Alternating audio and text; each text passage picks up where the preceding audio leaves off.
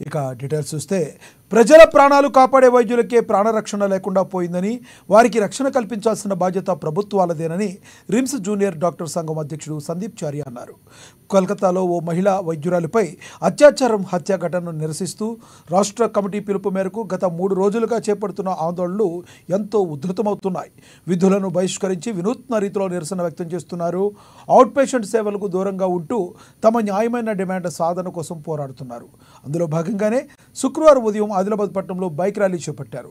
స్థానిక RIMS medical కళాశాల నుంచి ప్రారంభమైన ఈ ర్యాలీ కొమరం భీం చౌక్, ఎన్టీఆర్ చౌక్, వివేకానంద చౌక్, వినాయక చౌక్ మీదుగా ప్రధాన వీధుల గుండా సాగింది.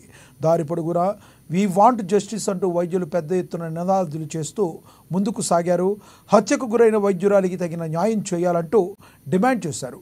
బాధ్యులను కఠినంగా శిక్షించి ఆమె ఆత్మకు శాంతి చేకూర్చాలని, వారి కుటుంబాన్ని అన్ని విధాలా ఆదుకునే విధంగా చర్యలు తీసుకోవాలని ప్రభుత్వాలను డిమాండ్ చేశారు. అనంతరం మధ్యాహ్నం రిమ్స్ నుండి కొమరం భీం చౌక్ వరకు ప్లకార్డులతో ర్యాలీ చేపట్టారు. మానవహారం నిర్వహించారు. దీంతో ఇరువైపులా వాహనాలు నిలిచిపోయాయి. ట్రాఫిక్ పూర్తిగా స్తంభించింది. రాకపోకలకు కొంత అంతరాయం కలిగింది. అక్కడి నుంచి మళ్లీ రిమ్స్ సూపర్ స్పెషాలిటీ వద్దకు వెళ్లి ప్లకార్డులతో నిరసన వ్యక్తం చేశారు.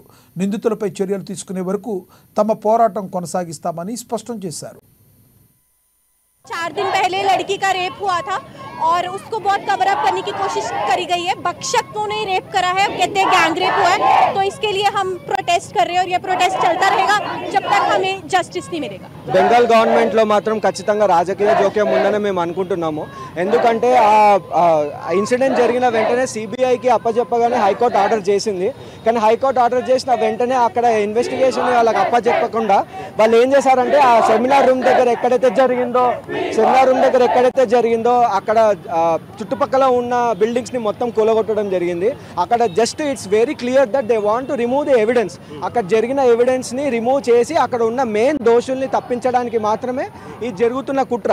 ఒకటి గుర్తుపెట్టుకోండి, ఎప్పుడైనా సరే ఒక డాక్టర్ మీద అసాల్ట్ జరిగినప్పుడు తను చదువుకున్న చదువుని ఇంప్లిమెంట్ చేయడానికి రిస్క్ చేసి కాపాడడానికి ట్రై చేస్తాడు. కానీ ఇలాంటి ఇన్సిడెంట్ జరిగినప్పుడు ఏమవుతుంది అంటే తన ప్రాణం కూడా తనకి ముఖ్యం కాబట్టి తను ఏదైనా రిస్క్ తీసుకోవాలన్నా చాలా భయపడతాడు. అండ్ ఇలాంటి రేప్ ఇన్సిడెంట్ జరిగిందంటే మంచి టాలెంట్ మన దేశం నుంచి బయటకు వెళ్ళిపోయే నష్టం ఎక్కువ ఉంది. So first of all public ఇప్పుడన్నా మేల్కోండి, ఇది డాక్టర్స్ ఇన్సిడెంట్ కాదు, ఒక మహిళ మీద జరిగింది. నిర్భయ కేసు కంటే చాలా అతి దారుణమైన హత్య, గ్యాంగ్ రేప్ అండ్ మర్డర్. మీరు ఇప్పటికైనా కళ్ళు తెచ్చుకొని గవర్నమెంట్ని ప్రశ్నించండి. సెంట్రల్ గవర్నమెంట్ వాళ్ళని ఎమ్మటే రియాక్ట్ అయ్యి సిపిఐ ఇంట్రడ్యూస్ చేయాలని చెప్పేసి మీరు కూడా ఫోర్స్ చేయండి. ఎందుకంటే మీకు వైద్యం చేసే వైద్యులు సురక్షంగా లేకపోతే మీకేమన్నా ఇబ్బంది అంటే మీకేమన్నా హెల్త్ పరంగా ఏమన్నా అయితే చూసుకోవడానికి మరి ఎవరు ఉంటారు? సో ఈ బాధ్యత అనేది